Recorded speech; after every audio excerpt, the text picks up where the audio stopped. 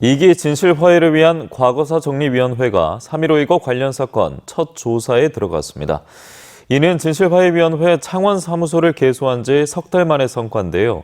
3.15 진상규명을 위한 앞으로의 계획 등을 진실화해위원회 조유묵 3.15 과장을 만나 이야기를 들어봤습니다.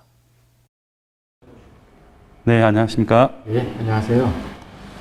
네, 2기 진실화해위원회가 3.15 관련 사건의 첫 조사를 시작한 걸로 알고 있습니다.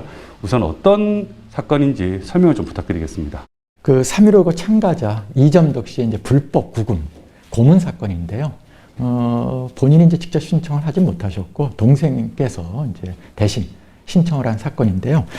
피해자 이점덕 씨는 1960년 3월 15일 날 10대 후반의 나이로 부정선거 규탄 시위에 참여를 했다가 경찰서에 불법으로 체포되고 연행이 돼서 심하게 부탁, 고문을 당한 사건인데요.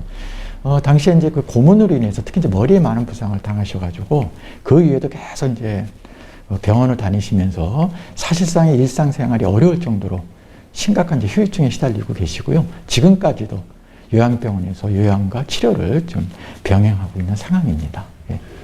네, 3.15 참여자 명예회복 등에 관한 법률이 제정되고 지난 1월 21일 날 창원사무소가 문을 열었는데요. 석 달 사이 한 100여 명 정도가 진실규명을 위한 신청을 한 걸로 알고 있습니다. 이 창원사무소 개소가 가지는 의미가 있다면 어떤 것이 있을까요? 사실은 이제 3.15는 그동안 그 어떤 4.19 혁명의 한 과정, 아니면 이제 4.19 혁명의 촉매제라고 이제 인식이 돼서 그동안 이제 역사적, 법적 평가를 좀 제대로 받지 못했다라는 부분이 있습니다. 그래서 늦게나마 62년 만에 이제 3.15 의거법이 통과가 되고 그에 따라서 이제 3.15 의거가 소위 이제 창원 사무소가 개소됐다라는 거는 어쨌든 늦었지만 상당히 의미가 있다고 보고요. 지금 이제 120여 건의 이제 신청이 들어왔는데 사실은 이제 국가폭력에 의해 하여튼 3.15도 마찬가지죠. 국가폭력에 의한 피해자를 국가 차원에서 공식적으로 진상조사하고 명예회복을 한다라는데 어떤 창원사무소에 역사적 의미가 있다고 보고 지금까지 많은 신청이 들어온 것도 바로 이런 3.15 의거법 통과와 창원사무소 개소가 가져온 하나의 성과가 아닌가 그렇게 보고 있습니다. 네, 3.15 의거 진실규명을 위한 신청을 올해 말까지 받는 걸로 알고 있습니다. 어떻게 신청을 하면 되고 그리고 향후 계획이 있다면 어떤 계획이 있을까요? 일단은 이제 신청은 올해 12월 9일까지 이제 저희들이 받고 있고요. 그 다음에 이제 신청은 진화이 사무실, 저희 3.15 의거과는 물론이고 경상남도, 창원시에도 신청을 하셔도 되고요. 물론 서울에 또 계신 분은 또 서울 진화이에 이렇게 이제 신청을 하셔도 되고요.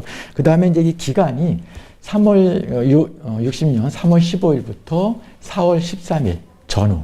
으로 이렇게 이제 기간은 설정이 되어 있고요. 그 다음에 신청 대상자는 당사자뿐만 아니라 유족, 그리고 이제 친족 관계에 있는 분들, 그 다음에 또 하나 특이한 거는 3.15 의거 당시를 목격했던 분도 신청 대상자에 포함이 되기 때문에 많은 분들이 3.15 의거과에 3.15 의거 관련 명예회복 신청을 해주셨으면 고맙겠습니다.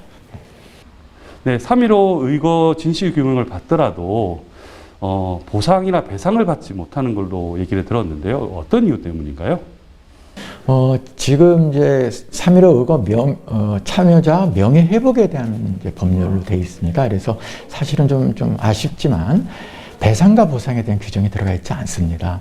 그래서 저희 위원회에서 3.15 의거 진실규명자로 결정이 나더라도 그거 자체가 바로 배부상으로 이어지지는 않습니다.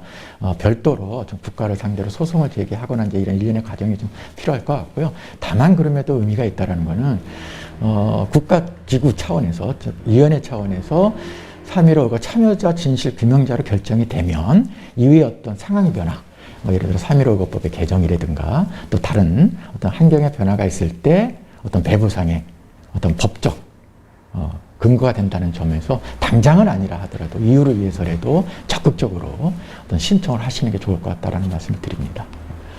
네, 지금까지 말씀 감사드립니다. 고맙습니다.